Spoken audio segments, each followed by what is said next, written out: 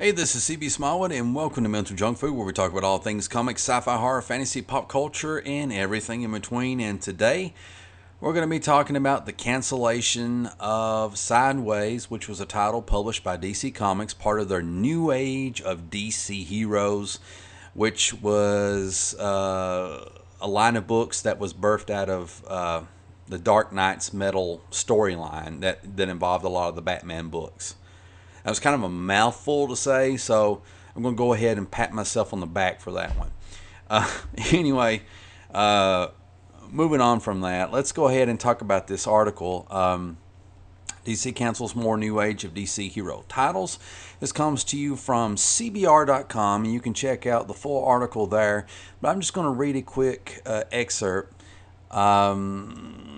This bit right here. Things are not looking good for DC's new age of heroes as two more series have been canceled, according to the company's recently revealed February solicitations. The Curse of Brimstone and Sideways will both release their final issues next year, leaving only three survivors from DC's latest initiative. And these books include Silencer, which is a really good book. Damage, which is a good book too, and The Terrifics, which is another really good book.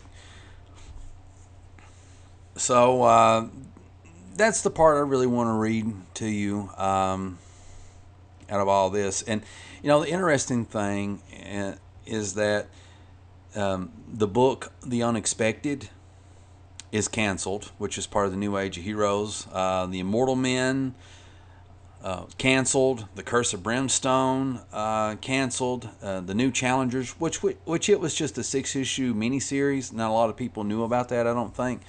That book has also been canceled. All these books were part of the New Age Heroes titles, and now only Silencer, Damage, and The Terrifics remain. And just naming off a few quick things, and this is my little told you so list. Not necessarily rub any salt into any wounds or anything like that, or to make myself seem high or mighty. Just to make a point, I guess. I'd mention this in like maybe 2 other videos called Doomed to Fail, DC's New Age of Heroes. And some of the points that I tried to make, probably unsuccessfully because I tend to ramble, is that basically DC's New Age of Heroes wasn't just doomed to fail, it was set up to fail. They didn't really have a good plan for success. First of all, they have no invested interest in maintaining new heroes. There's been decades upon decades of a lot of money that's been poured into Batman, Superman, Wonder Woman, Aquaman, Green Lantern, and The Flash. Millions, if not billions of dollars at this point. Everything from various types of merchandise beyond the comics. We're talking about, it could be like coffee mugs, t-shirts, cards, cartoons, lunch boxes. I mean, you name it, whatever you can think of, posters. And we're not even talking about the movies either. And action figures. Lots of money into building brand awareness on these top tier level characters in the DC universe. And all you have to do is maintain them. You can go back to various storylines written throughout by various A-list creative teams that's worked on Superman or Batman, for example, and just recycle those storylines. And people will buy it. Heck, I'll buy it if it's good. That's all you have to do. But now when you have brand new characters, you have to build brand awareness. You have to get people excited about these characters. And so that's a little bit more of a bigger task. And it takes a lot of investment of time and effort. And time and effort, when it comes to a publisher, that equals a lot of money.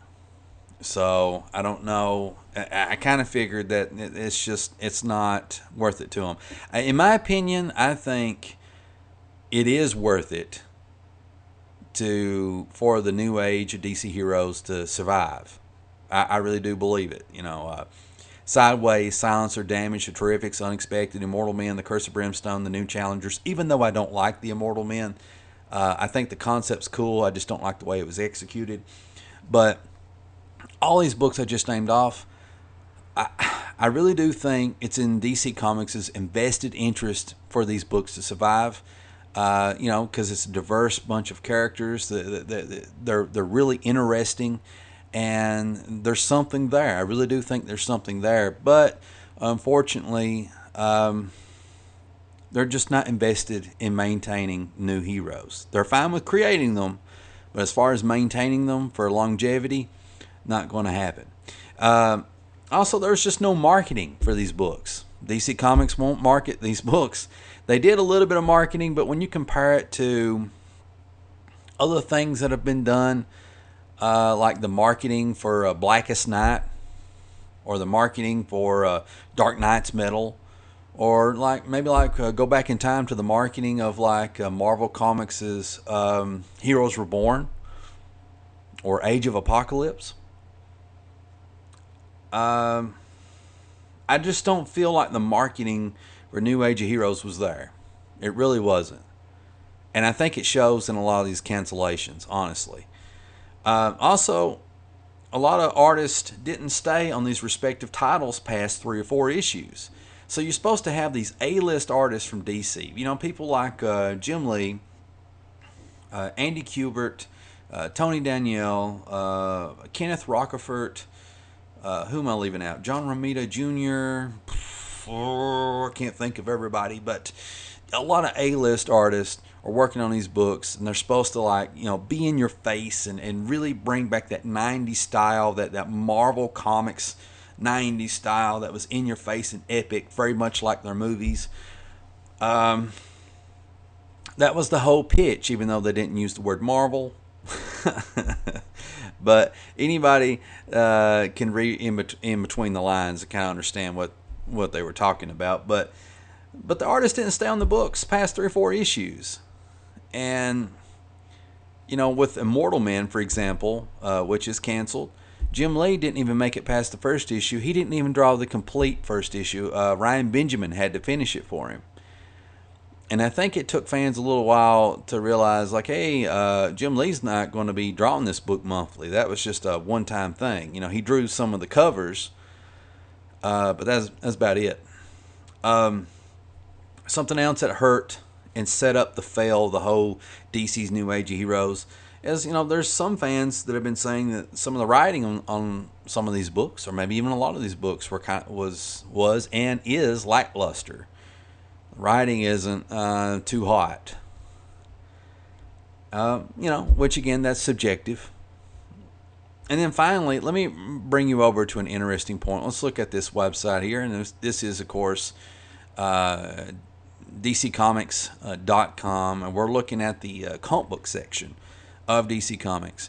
Now, let me tell you something. If I was the editor-in-chief at DC Comics, and assuming I had full reign over what gets published and what does not, I want you to look right here. It says current series. Okay, these are the books that are currently published by DC Comics. Now, this number of books is kind of about the same, maybe, as what they were publishing back when the DC New Age of Heroes launched. But this should put things in perspective for you. Now, to be fair, there are a couple of the New Age of Heroes books in this list, but let me make a point. I'm going to scroll down here, and I want you to look at this. These are all books published by DC Comics. And these are like 1, 2, 3, 4, 5, 6 rows across. Okay? Still scrolling. Still scrolling. Still scrolling. Yeah. We finally get down to the end here. I did an initial count, and they publish over 100 books monthly. Now, somebody may say, hey, that's just something that DC and Marvel do and stuff like that and blah, blah, blah, blah. Yeah, that's true, but I call this oversaturation. Oversaturation. I mean, a lot of these books, I just don't see how a lot of these books are going to make it. You know what I mean? And I'm not even talking about DC's New Age of Heroes anymore. I'm just talking about these DC titles in general. You know, I can tell you right now, just by looking at a few of them, I know a few of them aren't going to make it. But,